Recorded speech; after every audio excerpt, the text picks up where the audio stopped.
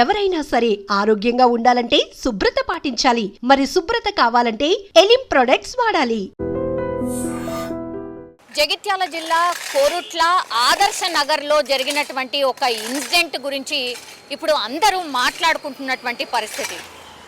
అసలు ఏ మాత్రం కూడా కనికరం లేకుండా, ఏ మాత్రం కూడా ఆలోచించకుండా పిన్ని అని రోజు ఆమె చుట్టూ తిరిగే అమ్మాయిని చంపేసింది అని అంటే దీన్ని బట్టే అర్థం చేసుకోండి అసలు కుటుంబాలు ఏమైపోతున్నాయి, అసలు మానవత్వం ఏమైపోతుంది, ఏమీ అర్థం కానటువంటి పరిస్థితి. ఇప్పుడు వీళ్ళందరూ ఈ కుటుంబ నేపథ్యం ఏంటి అని అంటే అత్తమ్మ, అట్లాగే వాళ్ళిద్దరు కోడళ్ళు, అండ్ వాళ్ళిద్దరు కోడళ్ళకి ఇద్దరు పిల్లలు ఉన్నారు. కవల పిల్లలు అంటే ఈమెకున్నటువంటి కవల పిల్లలకి అక్కా చెల్లెళ్ళ కూతుర్లనిచ్చి మ్యారేజ్ చేసింది. సో వాళ్ళిద్దరికి ఇప్పుడు మొత్తం కలిపి ఈ అత్తమ్మకి 4 మనమలు మనమరాళ్ళు అనుకోండి. వీళ్ళందరూ కూడా ఇప్పుడు వీళ్ళ కొడుకులు ఎవరైతే ఉన్నారో వీళ్ళ కొడుకులు కావచ్చు, అట్లాగే ఆమె హస్బెండ్, వాళ్ళందరూ కూడా సౌదీలో ఉంటున్నారు. బాగుపడాలి, కుటుంబాన్ని పెంచి పోషించాలంటే ఇక్కడ ఉన్నటువంటి దాంతో సరిపోవట్లేదు. కాబట్టి సౌదీ వెళ్తే ఎంతో కొంత సంపాదించుకొని వచ్చి ఇక సెటిల్ అవ్వచ్చు, కొన్నేళ్ల పాటు కష్టపడితే ఇక అంతా మంచిగా అవుతుంది అని వాళ్ళ 2 కొడుకులు అట్లాగే వాళ్ళ హస్బెండ్ అందరు కూడా సౌదీలో ఉంటున్నారు. వీళ్ళందరూ కూడా ఒకే దగ్గర కలిసి ఉంటున్నారు. రోజులాగానే ఏమాత్రం కూడా ఎవరికైనా ఏం డౌట్ వస్తుంది, ఇట్లా ఒక హత్య జరుగుతుంది, అది కుటుంబ సభ్యురాలే చేస్తుంది అని ఏమాత్రం కూడా డౌట్ రాదు. ఇప్పుడు 2 కోడళ్ళ పేరు వచ్చేసి ఒక ఆమె పేరు నవీన, ఇంకొక ఆమె పేరు మమత. నవీన పెద్ద కోడలు, చిన్న కోడలు వచ్చేసి మమత అన్నమాట. ఇప్పుడు ఈ చిన్న పాపని హితిక్షని హత్య చేసింది మమత, అంటే పిన్ని. రోజు పిన్ని పిన్ని అని అంటే అమ్మ తర్వాత అమ్మ అని అంటారు కదా పిన్నిని.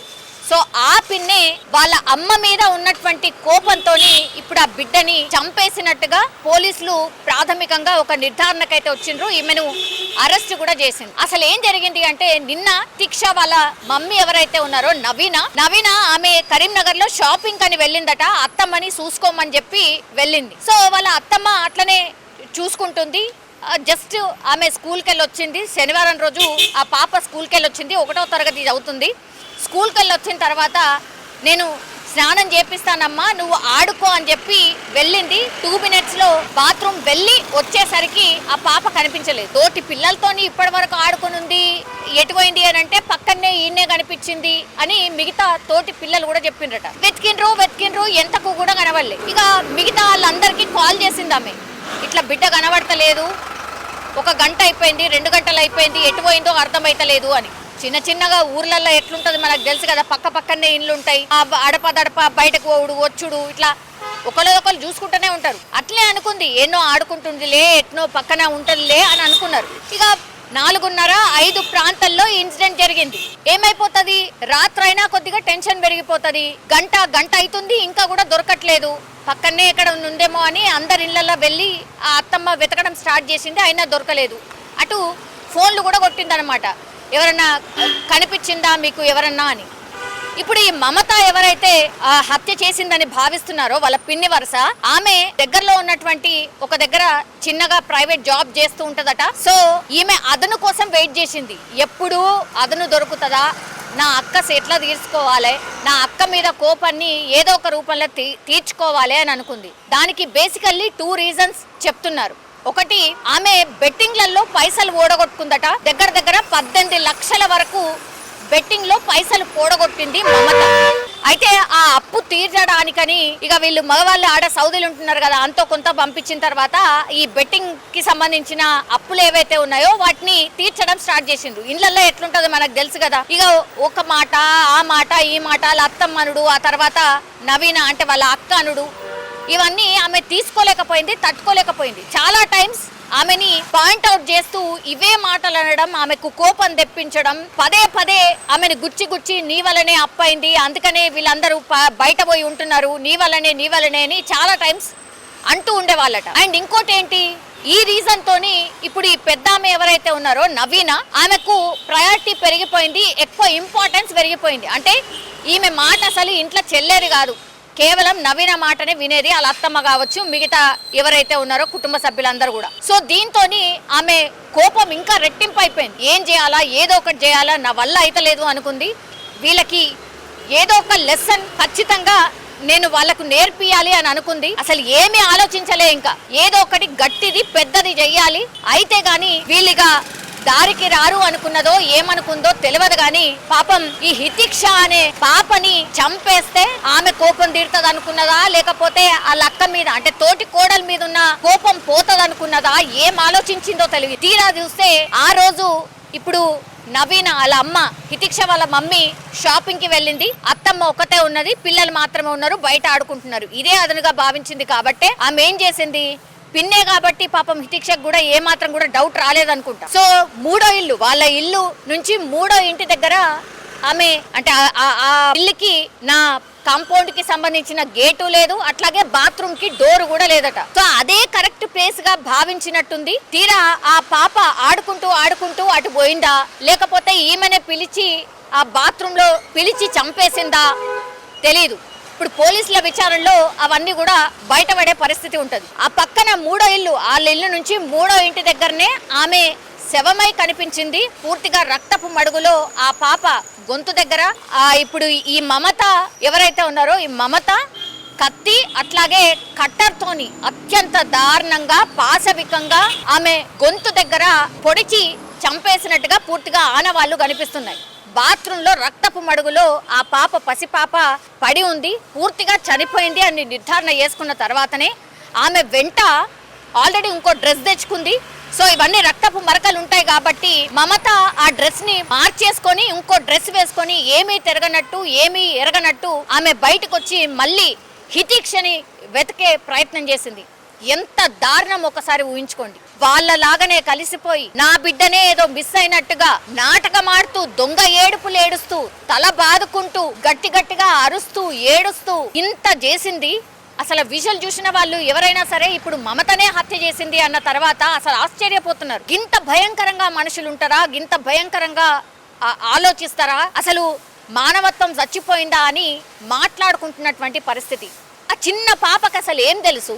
నీకేమైనా కొట్లాటుంటే నీకేమన్నా ఉంటే పెద్దవాళ్ళు మీరు మాట్లాడుకోవాలి, లేకపోతే సపరేట్ ఉండాలి, మీ వల్ల కలిసి ఉండడం కాకపోతే ఇంకోటే చేయాలి. కానీ ఆ పసిపిల్ల ఏం తప్పు చేసింది, నీకేం హాని చేసింది? రోజు నిన్ను పిన్ని అని అంటే అమ్మ తర్వాత నెక్స్ట్ అమ్మ పిన్ని అవుతుంది.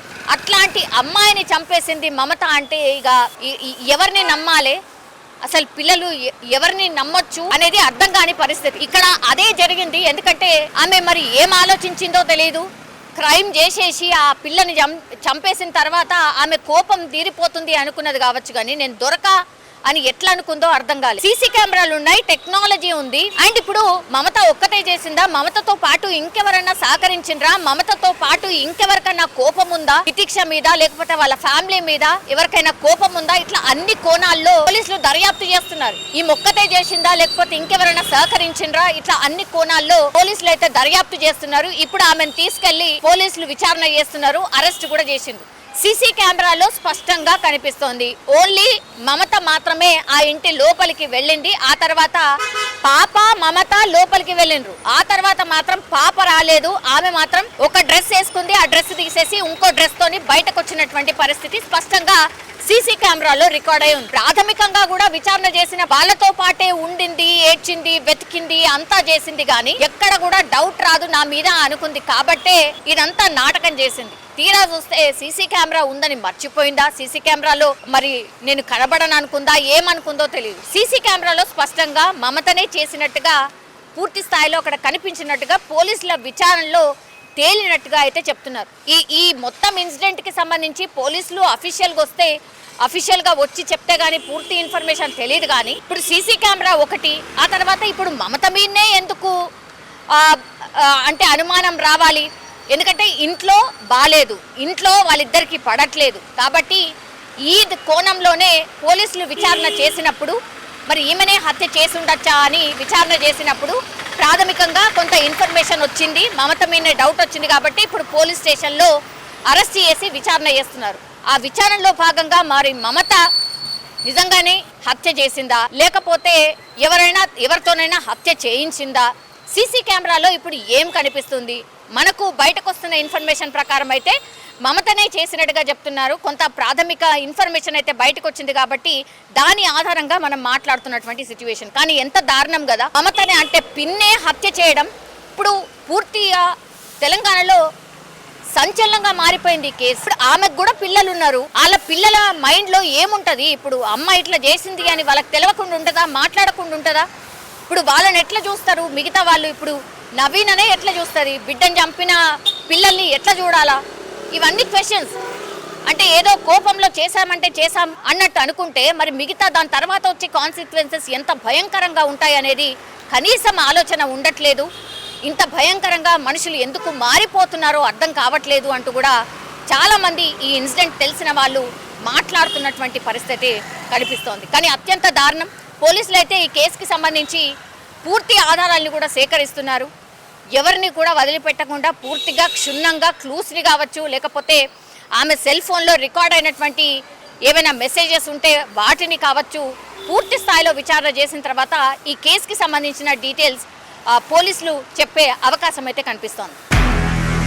నిజంగా ప్రస్తుతం ఉన్నటువంటి సమాజం దేనికి ప్రయారిటీ ఇస్తుంది? ఆర్థిక సంబంధాల చుట్టూ మాత్రమే తిరుగుతోంది. మళ్ళీ ఎన్నికలంగానే చాలా విరక్తి కలుగుతాను. మంచి అనిపిస్తుంది కదా, లేడీస్ కూడా ఛాలెంజింగ్ జాబ్స్ చేసినప్పుడు చాలా బాగుంటది. ట్రాఫిక్ అసిస్టెంట్స్ గా నియమించిన ట్రాన్స్జెండర్స్ అందరితో సాల్యూట్ చేయించుకుంటున్నారు. ఫుడ్ డెలివరీ ఇవ్వటానికి వెళ్ళినటువంటి డెలివరీ బాయ్ అనిల్ పై కళ్ళ ముందు